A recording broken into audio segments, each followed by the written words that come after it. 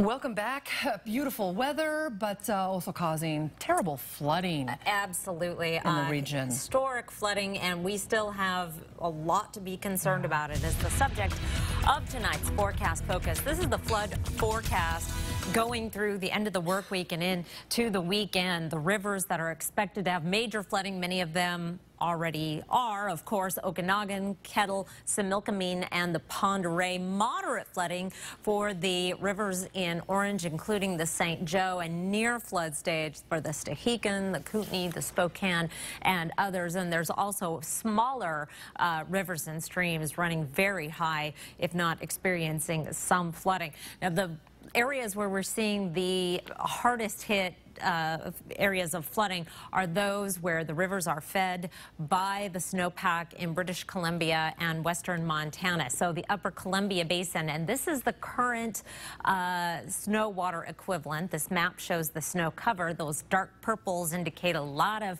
high mountain snow left to melt. Upper Columbia Basin snowpack is still 108% of average, and that's where the snow is coming out of the Canadian Rockies. Pend Oreille and Kootenai River basins still running very high. The Spokane River Basin still at 121% of average. So here's the bottom line.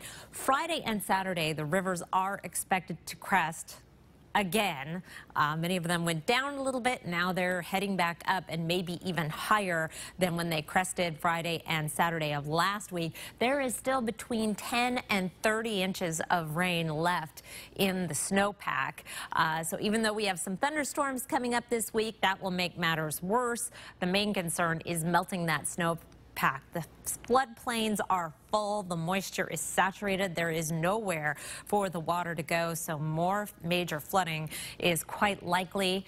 I will say, if you go to KXLY.com, there is a little red box right as you click that says weather update. If you click on that, it has exhaustive information from the National Weather Service about the flooding, what the levels are, what to expect, because there's so much information, it's difficult to do it very quickly. High pressure in control. We're watching low pressure to our south, which is going to start bringing moisture into our region, giving us a slight chance of thunderstorms Wednesday, a better chance of some wet weather with this system as we get into Thursday and Friday. Nationally, severe weather happening now in Tornado Alley from central Texas all the way up through the Mississippi River Valley. Meanwhile, high temperatures across the nation today in the 80s in many locations, including Seattle and Portland. 88 today in Seattle.